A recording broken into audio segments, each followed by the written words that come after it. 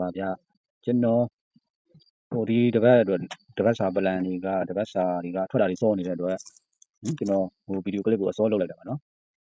ကျွန်တော်ကတော့အစောကစိတ်ကူးထားတာကဗုဒ္ဓဘူးပြီးမှကြာတာပြီးတော့ကြာမှာပေးမယ်လို့ကျွန်တော်စိတ်ကူးထားတာပေါ့ဗျာနော်ဒါပေမဲ့ဒီမနေ့ပြင်ကဗုဒ္ဓဘူးမှာများဘောနော်ကိုတွေ့ထားတဲ့ဟာတွေကထွက်သွားခဲ့ပြီရှိတော့ဆိုတဲ့စိတ်ကလေးပေါ့နော်အဲ့လားကြီးဝင်လာလို့အဲ့ဒီစိတ်ကလေးဝင်လာလို့ကျွန်တော်ဒီဗုဒ္ဓဘူးမှာပဲကျွန်တော်ပေးတာပေါ့နော်ဗုဒ္ဓဘူးပြီးရင်တော့ကျွန်တော်နောက်တဲ့ဗီဒီယိုကလစ်တစ်ခုထပ်လုပ်ပေးမယ်ကြာတာပြီးတော့ကြာမှာပါလုပ်ရမှာလဲဆိုတာပေါ့နော်ဟုတ်ပြီအဲ့ဒါကဘာလဲဆိုတော့ကျွန်တော်လိုက်ကြည့်လိုက်အောင်ဟုတ်ပြီနော်ဒီကောင်ဒီနေ့နော်ဒီနေ့ကျွန်တော်တင်းလာအင်္ဂါမှာကျွန်တော်မှန်းထားတာပေါ့နော်ဒီမှာဆိုလို့ရှိရင်ကျွန်တော်မှန်းထားတဲ့ break က10 break သူကဒီအပူကြီးနဲ့ပဲပြန်လာသွားတယ်နော်ကျွန်တော်မှန်းထားတာ1ခွန်ရယ်80ရယ်9ဘူးရယ်လို့မှန်းထားတာကိုသူကဒီမှာ4ဘူးလာထွက်သွားတယ်နော်4ဘူးလာထွက်သွားတော့ဒီဟာကြီးကဒီကျွန်တော်တို့ဘာဘူးထွက်မှုရတဲ့ဘောတရားကအပူထွက်ပြီးရင်နောက်ထပ်4ရက်ထပ်တူအဲ့လိုပုံစံမျိုးဖြစ်တယ်နော် formula တစ်ခုရဲ့အားနည်းချက်ကအဲ့ဒါပဲနော်ကျွန်တော်တို့ဒီပေါ့နော်အပူထွက်ရင်ဒါလိုက်ရတာဒီကနန်းတွေလိုက်ရတာဖြစ်တဲ့အတွက်ဂျားထဲမှာသူကထွက်ပေးရတယ်ဒါပေမဲ့ formula ကပေါ့နော်တတိုင်းရတိုးသွားခြင်းတဲ့ခါကျတော့သူကအပူကိုထပ်ချတဲ့သဘောပေါ့နော်အဲ့ဒီသဘောလေးပေါ့နော်ဟုတ်ပါပြီဒါကတော့ကျွန်တော်ဒီဟာပေါ့နော်ဒီဟာလေးကိုကျွန်တော်ရှင်းပြတာနော်ကျွန်တော်မထွက်တော့ဘူးတနေ့လာရင်ဒါမှဒါပဲဒီရှစ်ပြိတော့ထွက်သွားတယ်ပေါ့နော်ဟုတ်ပြီနော်ထပ်ကျွန်တော်တို့ဗာလဲဒီမှာပန်းရောင်ကနော်ပန်းရောင်ကနဲ့ပတ်သက်ပြီးတော့ပန်းရောင်ကနော်အများစုထွက်သွားပါပြီနော်အများစုထွက်သွားပါပြီဒီမှာကျွန်တော်တို့2ရက်အတွင်း3.5ဝန်းကျင်မှာကြတော့ကျွန်တော်တို့80ထွက်သွားတယ်ပေါ့နော် main ကနန်းမမိဘူးပေါ့ဟုတ်ပြီ3.5 break မှာဆိုရင်ကျွန်တော်တို့ဒီ5 break ဖြစ်တဲ့88လို့ထွက်သွားပြီကျွန်တော်တို့အခွေမှာဆိုရင်လည်းကျွန်တော်တို့88လို့ထွက်သွားတယ်နော်ဟုတ်ပြီဒါဆိုကျွန်တော်တို့ကမွေးကနန်းနဲ့ပတ်တီးနဲ့ကြံနေတာပေါ့နော်မွေးကနန်းနဲ့ပတ်တီးပဲကြံအောင်ပါနော်ဒီကောင်ကဟုတ်လားမွေးကနန်းကြံအောင်မယ်ပတ်တီးကြံအောင်မယ်ဟောနော်ဒီမှာက5ခွန်8ခွေဘူးမှာဆိုရင်ကျွန်တော်တို့88ထွက်သွားပြီနော်ကျွန်တော်တို့88လို့ထွက်သွားပြီ88တို့89လို့ဆိုတာတော့ကျွန်တော်အရင်ကြိုက်တဲ့ကနန်းတွေပါနော်ကျွန်တော်တို့ခွန်ပြန်ကောင်းလို့အားကြိုက်တနေ့လာညနေတုန်းကတော့ခွန်ဘူးကနေသူပြောင်းသွားတာကို8080ဆိုတော့နော်80နဲ့ပတ်သက်ပြီးတော့ဒီမှာရှိရနော်ဒီမှာကျွန်တော်တပတ်စာအကောင်းဆုံး break 10 break လို့ကျွန်တော်ရွေးပေးတယ်10 break လို့ရွေးပြီးတော့ကျွန်တော်တို့ဒီမှာ4ဘူးကနေစပြီးတော့ထွက်သွားတယ်ပေါ့နော်ကျွန်တော်ဒီမှာ4ဘူးပေါ့နော်ဒီမှာ4ဘူးဆိုတော့ကျွန်တော်10 break ထွက်သွားတယ်အဲ့ဒီမှာကျွန်တော်ပြောချင်တာက10 break ကနော်စိတ်မကုန်သေးဘူးဆိုရင်ပေါ့နော်ဒီမှာ80ထွက်ထားတာဟုတ်တော့80ထွက်ထားတာဒီညနေမှာ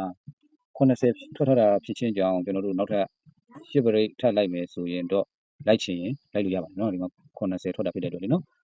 သူကပုံမှန်အားဖြင့်ကျွန်တော်အလွန်ဆုံးဒီကျွန်တော်ပြောထားတဲ့အတိုင်းပဲအလွန်ဆုံးဒီ3ရက်ဆိုတော့ဒီတစ်ပတ်ထဲမှာတင်ကျွန်တော်တို့10 break ပြန်လာနိုင်တယ်ပေါ့ဗျာနော်10 break အဲ့ဒါလေးသတိထားပါနော်10 break ပြန်လာနိုင်ပြီပေါ့နော်အဲ့ဒါလေးသတိထားပါ10 break နော်10 break ပြန်လာနိုင်ပါတယ်သတိထားပါဒါပေမဲ့ကျွန်တော်ဒီကနေ့မှာ10 break သတိထားပါ10 break သတိထားပါကျွန်တော်ဒါပေမဲ့ဒီနေ့မှာကျွန်တော်လာမဲ့ကျွန်တော်ဗာပြောမလဲပူးတေးကြပေါ့နော်ဘိုလ်ဦးကြတာပရိတောက်ကြပေါ့နော်ဒီ data ကျွန်တော်ပေးခဲ့တဲ့ဟာလေးကိုအနည်းချုပ်တာပါပူးတေးကြမှာကျွန်တော်တို့ဗာလိုက်ရမလဲဆိုတဲ့ဟာလေးတစ်ခုပြပါမယ်အဲ့ဒါကဗာလဲဆိုတော့ကျွန်တော်တို့ဒီမှာပေါ့နော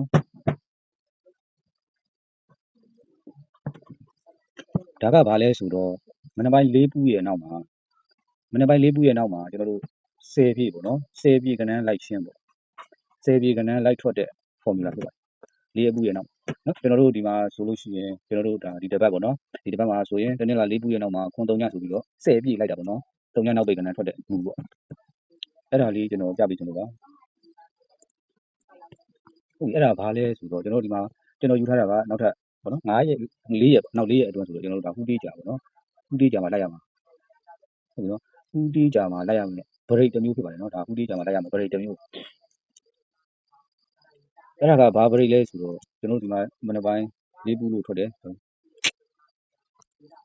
မနက်ပိုင်း၄ဘူးပေါ့နော်၄ဘူးရဲ့နောက်မှာ၄ဘူးတွေကတော့ကျွန်တော်တို့ကလန်ဒါနဲ့တစ်နေ့မှာထွက်ထားတာတွေကတော့အများကြီးပါနော်အများကြီးရှိပါတယ်၄ဘူးတွေအများကြီးပါမနက်ပိုင်း၄ဘူးလို့ညနေပိုင်း၄ဘူးလို့ဒါကျွန်တော်လိုက်နေကြတယ်ပေါ့နော်ဒါပေမဲ့ကျွန်တော်အခုပြရမယ်၄ဘူးကကြတော့မနက်ပိုင်း၄ဘူးရဲ့နောက်မှာ10ပြည့်လိုက်ခြင်းပေါ့နော်10ပြည့်လိုက်တဲ့မူအရာကအကောင်းဆုံး break တစ်ခုရှိပါတယ်အဲ့ဒါ3 break ပဲပါနော်ကျွန်တော်ဒီမှာအကောင်းဆုံး break 3 break လို့ကျွန်တော်ရွေးထားပါတယ်အကောင်းဆုံး break 3 break ပါကဲအဲ့ဒါ3 break ကဘယ်နေရာမှာထွက်လဲကျွန်တော်ကြည့်အောင်နော်အကောင်းဆုံး break ကဒီမှာ3ည3နော်ဒီမှာ3ည3ဒီမှာ49ဒီမှာ3ည3ဟုတ်ပြီနော်ဒါ၄ဘူးရဲ့နောက်မှာ60ကျတော့သူကအဲ့လိုတွေထွက်ပါတယ်နောက်ထပ်၄ဘူးရဲ့နောက်မှာ60လို့ကျတော့ကျွန်တော်တို့3 break ဖြစ်တဲ့58 69 94နော်3 break ပြောလို့ တစ်ချိန်ပေါ့နော်ဟုတ်ပြီဒီ၄ပူရဲ့နောက်မှာ80လို့ထွက်တော့3ပရိတ်ဖြစ်တယ်ကျွန်တော်ဒီမှာ94လို့တစ်ချိန်ထွက်ပြီပါနော်ဟုတ်ပြီနောက်ထပ်၄ပူမှာကကျွန်တော်3ပရိတ်ဖြစ်တယ်85လို့တစ်ချိန်ထွက်ပါတယ်နောက်ထပ်၄ပူ90မှာက85လို့တစ်ချိန်ထွက်ပြီပါဒီဟာတွေကဒီကောင်ကြီးကျွန်တော်တို့ဒီမှာကအကျဉ်းကြီးကနည်းတယ်ပေါ့နော်အကျဉ်းကြီးကနည်းတယ်ဆိုတာ1 2 3 4မှာကျွန်တော်တို့ဒီတစ်ပတ်၄ပူရဲ့နောက်80ထွက်တာရဲ့ထွက်တာနဲ့မှာကျွန်တော်တို့ကစုစုပေါင်း6ချိန်ပဲရှိပါတယ်ဒါကလနာကျွန်တော်တို့10စုနဲ့10စုနဲ့တစ်ခုအတွင်းမှာပေါ့နော်ကလနာကျွန်တော်လေ့လာတဲ့လောက်ကတော့17နှစ်ပေါ့နော်ကလနာ17နှစ်အတွင်းမှာ၄ပူရဲ့နောက်မှာ10ပြည့်လိုက်တာဆိုလို့ဒီ6ချိန်ပဲရှိပါတယ်နော်ဒီ6ချိန်ပဲရှိပါတယ်ရုံကြည်လိုက်ပါရုံကြည်လိုက်ကစားပါဗရိတ်တစ်မျိုးလေးဖြစ်ပါတယ်ဗရိတ်တစ်မျိုးလေးဖြစ်ပါတယ်ဗရိတ်တစ်မျိုးလေးဖြစ်တဲ့အတွက်ကြောင့်မလို့ကျွန်တော်လိုက်စေခြင်းလို့တိုက်တွန်းခြင်းဖြစ်ပါတယ်နော်ဒါကကျွန်တော်ဒီတန်းရောင်ကတ်မှာပေးထားတဲ့ဟာတွေထွက်တာစောတဲ့အတွက်ကြောင့်မလို့ကျွန်တော်ဂျားဗီဒီယိုပိုင်းတစ်ခုလုပ်ပေးတာပါဗီဒီယိုကလေးတစ်ခုလုပ်ပေးတာနော်ဒီလောက်ဆိုရင်ရမယ်လို့ထင်ပါတယ်ဒီလောက်ဆိုရင်ရမယ်ထင်ပါတယ်အကောင်းဆုံး break 3 break ဖြစ်ပါတယ်နော်ကျွန်တော်ဒီမှာပြောထားတယ်လို့ပဲဒါခုပေးကြ3ရက်ပေါ့နော်တရက်နေ့ရက်3ရက်စာကျွန်တော်တို့3 break ဖြစ်ပါတယ်ကျွန်တော်အကြိုက်ဆုံး break ပါအဲ့လောက်ဆိုရင်ရမယ်နော်ကျွန်တော်ကဏ္ဍတော့ကျွန်တော်မရွေးပေးတော့ဘူးဆိုတာကအားလုံးကောင်းတဲ့ကဏ္ဍတွေကြီးပါအားလုံးကောင်းတဲ့ကဏ္ဍတွေကြီးဖြစ်နေလို့ပါနော်အားလုံးကောင်းတဲ့ကဏ္ဍတွေကြီးဖြစ်တယ်ဒါဒီထဲမှာကကျွန်တော်တို့အကြတာအများဆုံးကဘာလဲဆိုလို့ရှိရင်တော့85တို့94ပေါ့နော်85က3ချိန်ကြထားတယ်94က3ချိန်ကြထားတယ်ဒါပေမဲ့ formula တွေရဲ့သဘောတရားအရာကျွန်တော်ဆိုရင်10 break တွေကအကောင်းဆုံးအများဆုံးကြထားတယ်1 9 2 6တို့9ဘူးလို့ကျွန်တော်ရွေးပေးခဲ့တယ်ဒါပေမဲ့ကျွန်တော်တို့မထင်ထားတဲ့ကဏ္ဍကိုထွက်တယ်အဲ့ဒါဆိုတော့ကျွန်တော်တို့ဒီထဲမှာမထွက်သေးတဲ့ကဏ္ဍတွေ1 2တစ်ပေါက်ပဲရှိပါတယ်1 2တစ်ပေါက်နော်ဟုတ်ပြီနော်အဲ့1 2လေးတော့နည်းနည်းသတိထားပါနော်1 2ရမယ်နော်ဒါဆိုရင်ကျွန်တော်တို့ကြံတဲ့ဥတေးကြ3ရက်ကိုကျွန်တော်ဗီဒီယိုကလစ်ကိုကြည့်တဲ့တယောက်မကြမ်း3 break လိုက်ဖို့ကျွန်တော်အထူးတိုက်တွန်းနေပါတယ်ဟုတ်ပြီနော် break တစ်မျိုးတည်း3 break ဖြစ်ပါတယ်ကျွန်တော်တခြားပြကြရတော့ရှိတယ်အများများတော့မှဆိုလို့ကျွန်တော်မပြတော့ဘူးဒါပေမဲ့တစ်ခုတော့မှတ်စီချင်တယ်နော်ဒီဟာလေးတစ်ခုတော့မှတ်ပါနော်ဟိုလိုက်ရမှာလို့ပြောတာမဟုတ်ဘူးနော်သတိထားဖို့ပြောတာဘာလဲဆိုတော့အဲ့ဒါဘာလဲဆိုတော့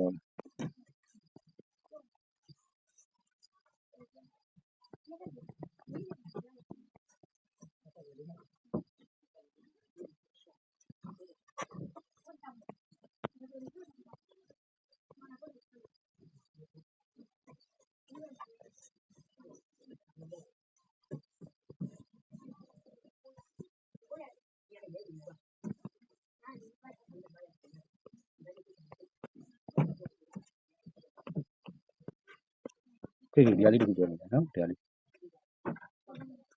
ကထွက်မှလိုက်ပါနော်ထွက်မှလိုက်မထွက်ရင်တော့မလိုက်နဲ့ထွက်ပြီးမှတစ်ခုလိုက်ပေါ့ဗျာနော်ဒီဟာလေးပါဒီဟာလေးနော်ဒီဟာလေးပါကျွန်တော်တို့ကအခုကျွန်တော်အဓိက main တဲပြီးလိုက်ရမှာဒီ3 break ပဲပြောမယ်နော်3 break ပဲကျွန်တော်တို့လိုက်ပါမယ်break တစ်လုံးဆိုတော့ကျွန်တော်တို့10ခွက်ပဲရှိမှာပေါ့ဟုတ်ပြီနော်ကျွန်တော်တို့ကဒီမှာဒီတစ်ပတ်ထဲမှာကျွန်တော်တို့2 break လို့ထွက်မှာနော်ကျွန်တော်ပြောတာက2 break လို့ထွက်ရင်ခွန် break လိုက်နော်2 break လို့ဒီတစ်ပတ်ထဲမှာထွက်ရင်ခွန် break လိုက်ပါရမယ်နော်2 break လို့ထွက်ရင်ထွက်မှာလိုက်နော်မထွက်ဘဲနဲ့မလိုက်နဲ့ဟုတ်ပြီခွန် break လို့ထွက်ရင်ခွန် break လို့ထွက်ပြီးမှ2 break ကိုလိုက်ပါနော်ရမယ်နော်ဒါကျွန်တော်အဲ့ဒါလေးနော်အဲ့ဒါကဘာလဲဆိုတော့ဟိုတကယ်လို့မှ3 break ကိုမလိုက်ချင်ဘူးဆိုရင်ကျွန်တော်2 break ခွန် break လိုက်တာနော်ဒီလိုလည်းပြောလို့ရတယ်ဒါပေမဲ့ကျွန်တော်က3 break ကိုအဓိကလိုက်ချင်တယ်ကျန်တာမလိုက်ချင်ဘူးနော်ဟုတ်ပြီကျွန်တော်တို့ကဒီဟာလေးကအဲ့ဒါကဘာလဲဆိုတော့ဒီလေးရဲ့သဘောတရားနဲ့ကျွန်တော်တို့သွားတယ်လေးမနေ့လေးညနေပိုင်းမှာ10ပြည့်လို့ထွက်ရင်ကျွန်တော်တို့က2 break လို့ထွက်ပြီးရင်ခွန် break လို့ထွက်ရခွန် break လို့ထွက်ပြီးရင်2 break ထွက်ရအဲ့ဒီသဘောတရားလေးဒီမှာကျွန်တော်တို့ခွန် break လို့ထွက်တော့ဒီမှာကျွန်တော်တို့2 break လိုက်ကျွန်တော်ဒီဟာလေးပဲရှင်းပြချင်တာနော်2 break ထွက်ရင်ခွန် break လိုက်မယ်ခွန် break လို့ထွက်ပြီးမှ2 break လိုက်အဲ့ဒီသဘောတရားလေးပဲဒီမှာခွန် break လို့ပြီးတော့2 break ဇွဲရှိဖို့လိုတယ်နော်တစ်ခုလိုက်မယ်ဆိုရင်ဇွဲကောင်းဖို့လိုတယ်ဒါတွေဆိုရင်နောက်ဆုံးပိတ်ညနေမှာထွက်သွားတယ်နော်ကျွန်တော်တို့ကတစ်ခုကြပြီးမှလိုက်ရတာဖြစ်တဲ့အတွက်မျိုးနော်ဟုတ်ပြီဒါဆိုဒီမှာ၄ဘူးပြီးတော့2 break လို့ထွက်တယ်2 break လို့ပြီးတော့နောက်ဆုံးပိတ်ညနေကြမှာကျွန်တော်တို့ခွန် break ဆိုတာရှိတယ်နော်အဲ့ဒီသဘောတရားလေးနော် break နှမျိုးလုံးကြီးမလိုက်နဲ့နော်လိုက်ဖို့ပြောတာမဟုတ်ဘူးဒီမှာကျွန်တော်တို့2 break လို့ထွက်တော့ဒီမှာခွန် break လို့ထွက်တယ်ဟုတ်ပြီနော်ဒီမှာတော့ကျွန်တော်တို့မထွက်သွားဘူးကြာနော်မထွက်တော့လိုက်เสียမလိုဘူးဟုတ်ပြီနော်မထွက်တော့လိုက်เสียမလိုဘူးဟုတ်ပြီအဲ့ဒီသဘောပဲ အဲ့တော့ဒီမှာဆိုရင်ကျွန်တော်တို့မထွက်ခဲ့ဘူးအဲ့ဒီနှစ်ပရိတ်နဲ့ခွန်ပရိတ်နှစ်ပရိတ်လည်းစမထွက်တဲ့အတွက်ခွန်ပရိတ်လည်းလိုက်ကြမှာတော့ကျွန်တော်ဆိုလိုချင်တာအဲ့ဒါပဲဘရိတ်တစ်ခုထွက်ပြီးမှကျွန်တော်တို့ကတစ်ခုလိုက်ရမယ်ဘရိတ်နှစ်ခုလုံးကြီးစလိုက်မယ်ကွာလို့တော့မတွေးလိုက်ပါနဲ့ကျွန်တော်စောနာပြောသလိုအဓိကလိုက်ရမယ် main ပရိတ်3ပရိတ်ကိုတည်လိုက်မယ်အဲ့ဒီ3ပရိတ်လိုက်နေရင်နဲ့ကျွန်တော်တို့နှစ်ပရိတ်သို့မဟုတ်ခွန်ပရိတ်တစ်ခုခုများထွက်ခဲ့ရင်တစ်ခုခုထွက်ပြီးမှနောက်တစ်ခုကိုပြောင်းလိုက်ရအဲ့ဒီသဘောတရားလေးကိုနားလည်ပြီပါနားလည်ပါလို့ပြောချင်ပါတယ်နော်နားလည်မယ်လို့ထင်ပါတယ်ကျွန်တော်ကနှစ်ပရိတ်ခွန်ပရိတ်လိုက်ရမယ်လို့ပြောတာမဟုတ်ဘူးကျွန်တော်တို့အဓိကကင်ပြီးလိုက်ရမှာဒီ3ပရိတ်လိုက်ရမယ်3ပရိတ်ကိုဖူးတေးကြတောက်ကြညနေဒီဇွဲမလျှော်ပဲလိုက်မယ်ကျွန်တော်ကလန်ဒါ12နှစ်အတွင်းမှာနော်၄ဘူးရဲ့နောက်မှာ10ပြည့်ကြာတိုင်းဒီ3ပရိတ်ကပုံမှန်ထွက်နေကြပြီဒါကျွန်တော်ဒီမှာလည်းချပြထားပြီနော်အဲ့ဒီတော့3ပရိတ်ကိုတည်ပြီးတော့လိုက်မယ်ကြားထဲမှာများနှစ်ပရိတ်လို့တွေ့ခဲ့ရင်ခွန်ပရိတ်လိုက်မယ်3ပရိတ်ခွန်ပရိတ်ပြင်ဥပမာများကျွန်တော်တို့ခွန်ပရိတ်ကစောထွက်ခဲ့ရင်နှစ်ပရိတ်ကိုနောက်ကလိုက်မယ်အဲ့ဒီသဘောတရားလေးကိုနားလည်မယ်လို့ထင်ပါတယ်ဟုတ်ပြီနော်တဲ့ဒီကလေးစက်ခွန်ဆော့ရ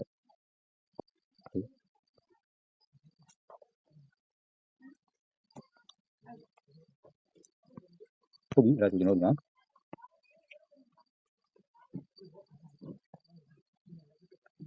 ဟုတ်ပြီကဲဒါကျွန်တော်တို့ဒါတစ်ပတ်ချုပ်တယ်နော်တစ်ပတ်အချုပ်ပါကျွန်တော်ဒီမှာလိုက်ရမယ်ကဏ္ဍကြီးဒီဟာပါနော်ဟုတ်ပြီဒီမှာနော်ကျွန်တော်တို့အကောင်းဆုံးလိုက်ရမယ်ပရိတ်ဒီ3ပရိတ်ဖြစ်ပါတယ်3ပရိတ်ကဥတေးကြ3ရက်မနေ့ကစပြီးလိုက်မယ်လိုက်နေရင်လည်း2ပရိတ်တွေ့ရင်ခွန်ပရိတ်ပေါင်းမယ်ခွန်ပရိတ်တွေ့ခဲ့ရင်2ပရိတ်ပေါင်းပြီးလိုက်မယ်အဲ့ဒီသဘောတရားလေးပါကျွန်တော်မိတ်ဆွေများနားလည်မယ်လို့ထင်ပါတယ်ကဲဟုတ်ပြီနော်ကျွန်တော်ကြာတာပြီးတောက်ကြအတွက်ကျွန်တော်မနေ့ဖြန်တရက်ပြီးမှကျွန်တော်ဆက်ပြီးတော့ရှာပေးရင်လည်းပေးမယ်တကယ်ကျွန်တော်မှဂျောင်းဘိတ်ကျွန်တော်ကြိုက်တာလေးတွေရှိရင်လည်းကျွန်တော်ရှာပေးပါမယ်ကိုးသမားတွေရှိလားကိုးသမားတွေနော်ကျွန်တော်ဒီနားလေးမှာကဲဒီပေါ်မှာပဲရှုပ်လိုက်ကိုးလိုက်နေတဲ့လူတွေရှိလားတော့မသိဘူးပြင်နော် fighting မှာနော်ကိုးလိုက်နေတဲ့လူတွေရှိရင်ဘယ်မလျှော့ပါနဲ့လိုက်လက်စားတော့လိုက်ပြီနော်လိုက်ရမှာပေါ့လိုက်လက်စားပဲနော်ကိုးလိုက်နေတဲ့လူတွေရှိရင်ကဲလေးပူးလို့ထွက်ပြီးတော့နောက်4ရက်လေးပူးလို့ထွက်ပြီးတော့နောက်4ရက်နောက်4ရက်လေးပူးထွက်ပြီးနောက်4ရက်လေးပူးလို့ထွက်ပြီးတော့နောက်4ရက်ဆိုတော့နော်ဒါဟိုကြောင်ညာဝင်တာပါကြောင်ညာဝင်ပြတာပါလေးပူးလိုက်နေတယ်ဟို sorry ကိုးလိုက်တဲ့လူရှိခဲ့ရင် fighting မှာလို့ပြောချင်ပါတယ် fighting မှာ fighting ဟုတ်ပြီနော်မနေ့ကမနေ့စာကိုကျွန်တော်နော်ကလနာလေးတွေလိုက်ကြည့်တာမှာဒီလေးပူးနဲ့ပတ်သက်လို့ကျွန်တော်လိုက်ကြည့်တယ်မှာပေါ့ဒါနော်တွေးထားတာလေးရှိတယ်အဲ့ဒါကဘာလဲဆိုတော့ဒီကနန်းကိုဒီမှာပြန်ထိုးရပါမယ်နော်အဲ့ဒါလေးတွေးထားတာရှိပါတယ်မနေ့ကမနေ့စာမှာမထိုးချင်ဒီ80ခွန်လေးတစ်ခုပြန်ထိုးပြပါလို့နော်ဒါတော့နော်ကွန်ဆာစီတော့900 1000ကိုလောက်ကန်ဆန့်ကြည့်ပါနော်ဆန့်ကြည့်ပါကျွန်တော်ကဒီဟာလေးကိုတွေးထားပါတယ်လို့ပြောပြတာနော်ဟိုပြစ်ခတ်ပြီးအော်ရမယ်တော့ကောင်းကြီးလို့ဆိုလို့ကျွန်တော်မဟုတ်ပါဘူးဒါအကျုံလုံးကျွန်တော်ပြပေးထားတာပါဒီလေးပူးရဲ့နောက်မှာကိုလေးရှိပါတယ်လို့ကိုသမားများကိုသမားလေးနော်ကိုသမားလေးလေးပူးရဲ့နောက်မှာကိုရှိပါတယ်လို့လေးပူးရဲ့နောက်မှာကိုရှိပါတယ်လို့အဲ့ဒါလေးပြောကျွန်တော်ပါဖိတ်ပြီးမှာနော်ကျွန်တော်ကလူတစ်မျိုးကြာနော်လူတစ်မျိုးပါကျွန်တော်လက်ကင်မသုံးတဲ့ကဏ္ဍနှလုံးရှိပါတယ်ကျွန်တော်လုံးဝမှကိုင်းသုံးရမှကြောက်တဲ့ကဏ္ဍနှလုံးရှိပါတယ်နော်ပတ်တိအနေနဲ့လိုက်ခိုင်းရမှာလေအရင်ကြောက်တဲ့ကဏ္ဍနှလုံးက2နဲ့9ကျွန်တော်2နဲ့9ကိုဘယ်လိုကြောက်မှမသိကြောက်ပါတယ်2နဲ့9နဲ့ကိုင်းပြီးပေးရင်ကိုပညာမပါဘူးလို့ပဲကျွန်တော်ကသတ်မှတ်ထားတာ2နဲ့9နဲ့ကိုင်းသုံးရင်ပညာမပါဘူးအများတန်းထွက်နေတာဟုတ်အပတ်တိုင်းထွက်နေတာဟုတ်ဒီကဒါအပြောတော့အပြောင်းတော့အပြည့်တော့ပြောတာပါဘယ်သူမှတိုက်ခိုက်လို့မရှိပါဘူးအကောင်းဆုံး break 3 break ဒီတူတူမကြောက်တယောက်မကြံကျွန်တော်ဗီဒီယိုကိုကြည့်နေတဲ့မြည်တူတူတယောက်မကြံ3 break လိုက်ပါမယ်3 break လိုက်ပါမယ်မထွက်ဘူးသေးတဲ့ကဏ္ဍအသစ်ကိုရွေးထားပါတယ်1 2ဖြစ်ပါတယ်နော်စုံသင်းပါရ1 2ပါနော်ဟုတ်ပြီဒီတစ်ခုလည်းနားလည်မယ်ထင်တယ်နော်2 break ကိုမြန်မာခွန် break လိုက်ခွန် break ကိုမြန်မာ2 break ကိုလိုက်ပါအားလုံးကိုနှုတ်ဆက်ပါတယ်အားလုံးကိုနှုတ်ဆက်ပါတယ်အားလုံးနှုတ်ဆက်ပါတယ်နော်အောင်မြင်ကြပါစေအောင်မြင်ကြပါစေအောင်မြင်ကြပါစေပေးတော့ကဏ္ဍနဲ့ထွက်တော့ကဏ္ဍတိုက်ဆိုင်ပါစေလို့ကျွန်တော်သားစင်တွေကစုမပေါင်းတောင်းပေးပါတယ်အားလုံးအောင်မြင်ကြပါစေခင်ဗျ